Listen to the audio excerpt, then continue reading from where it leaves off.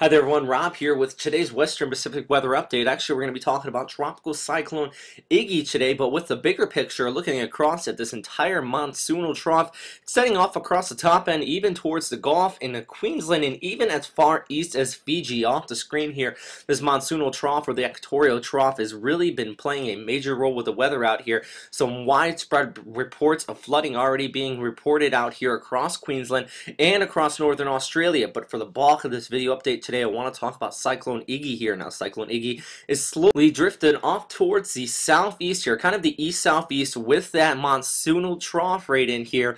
And at this time, it really is starting to gain some intensity, and that's because there is a little lax in the wind shear here. Actually, let's pull up this wind shear chart, seeing about 5 to 10 knots just towards the southeast of the center of circulation. That's going to allow it to further develop it out here, but also it has seeing sea surface temperatures right around 30 degrees Celsius in this region, and that's further also going to enhance the development with the system. And lastly, really good divergence loss. Actually, once you see these numbers upwards of 10s and 15s, that means there is a lot of divergence aloft, allowing for good exhaust with the system. So a lot of major factors playing into this. But you see this -5 down here towards the southeast, that is suppressing some of the convective activity just off towards the east-southeast of the system. And if we pull up the microwave imagery, you can see that there is much lower cloud tops off towards the southeast here. That's what's being indicated here in blue, but the bulk of the heavy convection is just off towards the northwest of the system. Now, if that shear does continue to lax and the divergence does continue to improve as the storm does slowly drift towards the south, expect this to continue to completely wrap around, and you actually might start seeing an eye wall develop up here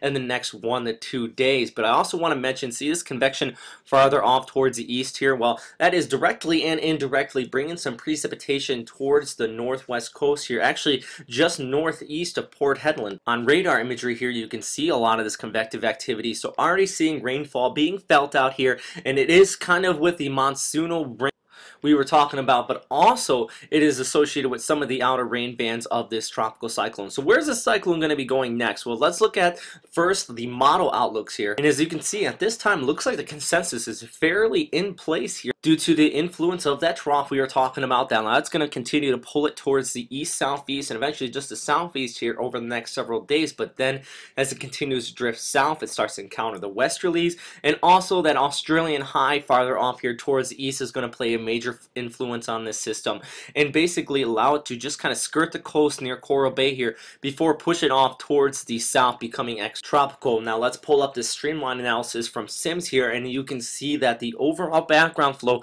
is kind of supporting that as well. Right now you have to look at the overall flow. Now this entire circulation rate in here is really the influence of this tropical cyclone, but if we look at the flow, it is out ahead of it. It is allowing the system to kind of go near the coast and pull back away before pushing out here towards the south, and that's really what I want to follow, is kind of this flow right here.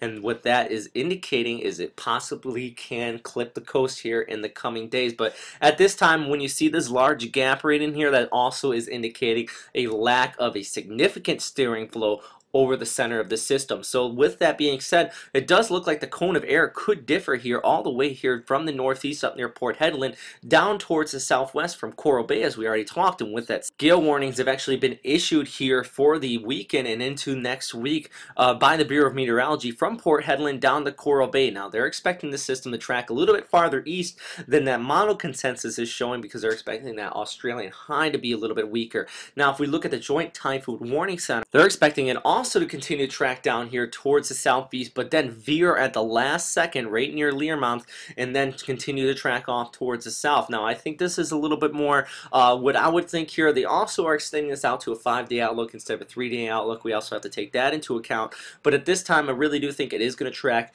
near the coast before veering out towards the southern Indian Ocean. So with that said, you have to remember that there is a clockwise motion on these storms in the southern hemisphere, so the right front quadrant of the system is going to be impacting the coast up here, and especially here just east of Learmonth.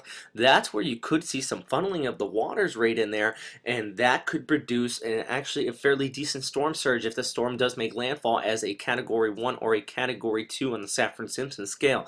So we have to continue to watch that, and not only just the possibility of a storm surge near the coast, but the outer rain bands could be affecting this entire area as well, as we see that monsoonal trough continue to enhance this. as it intensifies and drifts off towards the southeast. But that is all for right now, everybody. Definitely, if you have any questions, comments, or suggestions, please post them in the comment box below. And lastly, I do want to note this is not an official court forecast. This is just my thoughts on this system. Please refer to the Bureau of Meteorology down here in Australia if you are looking for an official forecast, official warnings, and advisories. And definitely, if you are being volunteered, evacuated, or officially evacuated out in any of these areas on this storm or any other upcoming storms, as always, please stay safe and take heed on those warnings. So stay safe out there again, everybody, and have a great day. Bye.